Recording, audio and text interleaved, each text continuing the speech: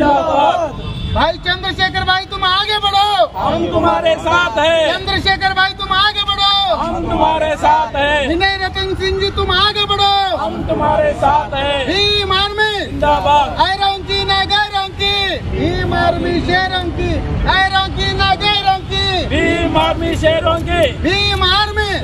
ಇವತ್ತು ಭೀಮ್ ಆರ್ಮಿ ಸಂಘಟನೆಯಿಂದ ಭಾರತ್ ಬಂದ್ ಎಲ್ಲ ರಾಜ್ಯಗಳಲ್ಲಿ ಯಶಸ್ವಿಯಾಗಿ ಬಹಳ ಸಮರ್ಪಕವಾಗಿ ಇವತ್ತು ಜಾರಿ ಆಗ್ತಾ ಇದೆ. ಕಾರಣ ಏನಂತ ಹೇಳಿದ್ರೆ ಅಲ್ಲಿಯ ಜನಗಳು ರೋಸಿ ಹೋಗಿದ್ದಾರೆ. ಇಲ್ಲಿ ನಮ್ಮ ಕರ್ನಾಟಕದಲ್ಲಿ ಜನಗಳು ಅಷ್ಟೊಂದು ಅವೇರ್ನೆಸ್ ಆಗಿಲ್ಲ, ಅದರಿಂದ ಅಷ್ಟೊಂದು ಸಮರ್ಪಕವಾಗಿ ಜಾರಿಯಾಗಿಲ್ಲ. ಆದರೂ ಕೂಡ ನಮ್ಮ ಎಲ್ಲ ಜಿಲ್ಲೆಗಳಲ್ಲಿ ಭೀಮ್ ಆರ್ಮಿ ಸಂಘಟನೆಯಿಂದ ಪ್ರತಿ ಜಿಲ್ಲೆಗಳಲ್ಲಿ ಸಾಮೂಹಿಕವಾಗಿ ಹೋರಾಟ ಮಾಡಿ ಜಿಲ್ಲಾಧಿಕಾರಿಗಳಿಗೆ ಒಂದು ಮನವಿ ಪತ್ರವನ್ನು ನಾವು ಸಲ್ಲಿಸ್ತಾ ಇದ್ದೀವಿ. ವಿಷಯಗಳೇನಪ್ಪ ಅಂತ ಹೇಳಿದ್ರೆ ಮುಖ್ಯವಾಗಿ ಏನು ಈ ಮೀಸಲಾತಿ ಇದೆ ಅದನ್ನು ಇವತ್ತವರೆಗೂ ದಲಿತ ಅಲ್ಪಸಂಖ್ಯಾತ ಹಿಂದುಳಿದವರಿಗೆ ಮತ್ತು ಸಮರ್ಪಕವಾಗಿ ಹಂಚಿಕೆ ಆಗಿಲ್ಲ. ಒಂದನೇದು. ಎರಡನೇದು, ಜಾತಿ ಗಣತಿಯನ್ನು ನಾವು ಮಾಡಬೇಕು ರಾಷ್ಟ್ರ ಮಟ್ಟದಲ್ಲಿ ಅಂತ ನಮ್ಮದು ಒತ್ತಾಯ ಇದೆ. ಜೊತೆಗೆ ಇವತ್ತು ಕೇಂದ್ರ ಸರ್ಕಾರ ಏನು ಮಾಡಿದೆ ಅಂತ ಹೇಳಿದ್ರೆ ತಮಗೆ ಬೇಕಾದ ವ್ಯಕ್ತಿಗಳನ್ನು ರೋಸ್ಟರ್ ಫಾಲೋ ಮಾಡದೆ ಅದರಲ್ಲಿ ಯಾವುದೇ ಮೀಸಲಾತಿಯನ್ನು ತಗೊಂಡು ಬಂದಿಲ್ಲ.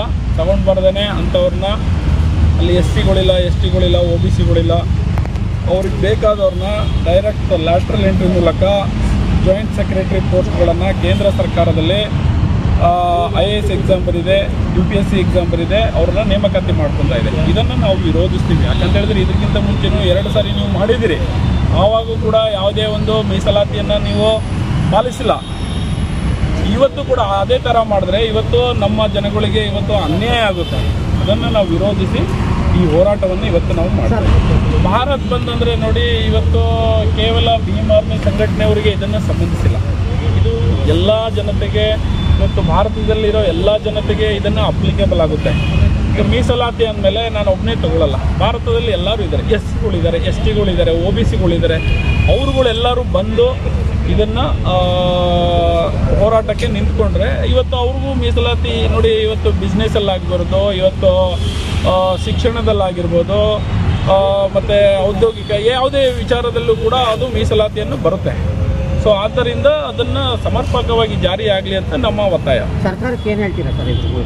ಸರ್ಕಾರ ಕೂಡಲೇ ನಮ್ಮ ಮನವಿ ಪತ್ರ ಸಿಕ್ಕ ಕೂಡಲೇ ಆದಷ್ಟು ಬೇಗ ಈ ಒಂದು ಮೀಸಲಾತಿಯನ್ನು ಸಮರ್ಪಕವಾಗಿ ಜಾರಿ ಮಾಡಬೇಕು, ಜನಗಣತಿಯನ್ನು ಮಾಡಬೇಕು. ಜೊತೆಗೆ ಏನಪ್ಪ ಅಂತ ಹೇಳಿದ್ರೆ ಈ ಏನು UPSC ಸೆಂಟ್ರಲ್ ಗೌರ್ಮೆಂಟು UPSC ಏನು ಕ್ಯಾಂಡಿಡೇಟ್ಗಳು 45 ಕ್ಯಾಂಡಿಡೇಟ್ಗಳು ನೋಟಿಫಿಕೇಶನ್ ಮಾಡಿದ್ದೀರಾ ಅದನ್ನು ಕೂಡಲೇ ವಾಪಸ್ ತಗೊಂಡು ಕಾನೂನು ಪ್ರಕಾರ ಜಾರಿಗೆ ಮಾಡಬೇಕಂತ ಹೇಳಿ ನಮ್ಮ ಒತ್ತಾಯ. ಡಾಕ್ಟರ್ ಮೌಮಿತಾ ಇವತ್ತು ಕಲ್ಕತ್ತಾದಲ್ಲಿ ರೇಪ್ ಆಗಿ ಹೋಗಿದ್ದಾರೆ. ಸೊ ಅದನ್ನು ಕೂಡ ನಮ್ಮ ಭೀಮ್ ಆರ್ಮಿ ಸಂಘಟನೆ ಇವತ್ತು ಕಲ್ಕತ್ತಾದಲ್ಲಿ, ಉತ್ತರ ಪ್ರದೇಶದಲ್ಲಿ, ದೆಹಲಿಯಲ್ಲಿ, ಹರಿಯಾಣದಲ್ಲಿ ಡಾಕ್ಟರ್ ಮೌಮಿತಾ ಕುರಿತು ನಮ್ಮ ಹೋರಾಟಗಳನ್ನು ನಾವು ಮಾಡಿದ್ದೀವಿ. ಅವಳ ಒಂದು ಸಾವು ಇದೆಯಲ್ಲ, ಅದು ಒಂದು ತುಂಬ ಅನ್ಯಾಯ. ಒಬ್ಬಳು ಡಾಕ್ಟ್ರು, ಅವಳು ಸೇವಕಿ, ಅವಳ ಮೇಲೆ ಅತ್ಯಾಚಾರ ಮಾಡುವುದು ಅಂಥವ್ರನ್ನ ಇವತ್ತು ರಕ್ಷಣೆ ಮಾಡ್ತಾ ಇದೆ ಇವತ್ತು ಕೆಲವೊಂದು ಸರ್ಕಾರಗಳು. ಅವುಗಳನ್ನು ನಾವು ವಿರೋಧಿಸ್ತೀವಿ. ಇವತ್ತು ಒಬ್ಬ ಸ್ಪೋರ್ಟ್ಸ್ ಮ್ಯಾನ್ ಮೇಲೆ ಕೂಡ ಅತ್ಯಾಚಾರ ಆಯಿತು. ಅದನ್ನು ಕೂಡ ಇವತ್ತು ಕೇಂದ್ರ ಸರ್ಕಾರ ಅವ್ರ ಮೇಲೂ ಕೂಡ ಸರಿಯಾಗಿ ಒಂದು ತನಿಖೆ ಮಾಡ್ದೇ ಅಂಥವ್ರನ್ನ ಇವತ್ತು ಮಂತ್ರಿಮಂಡಲದಲ್ಲಿ ಇಟ್ಕೊಂಡಿದ್ದಾರೆ.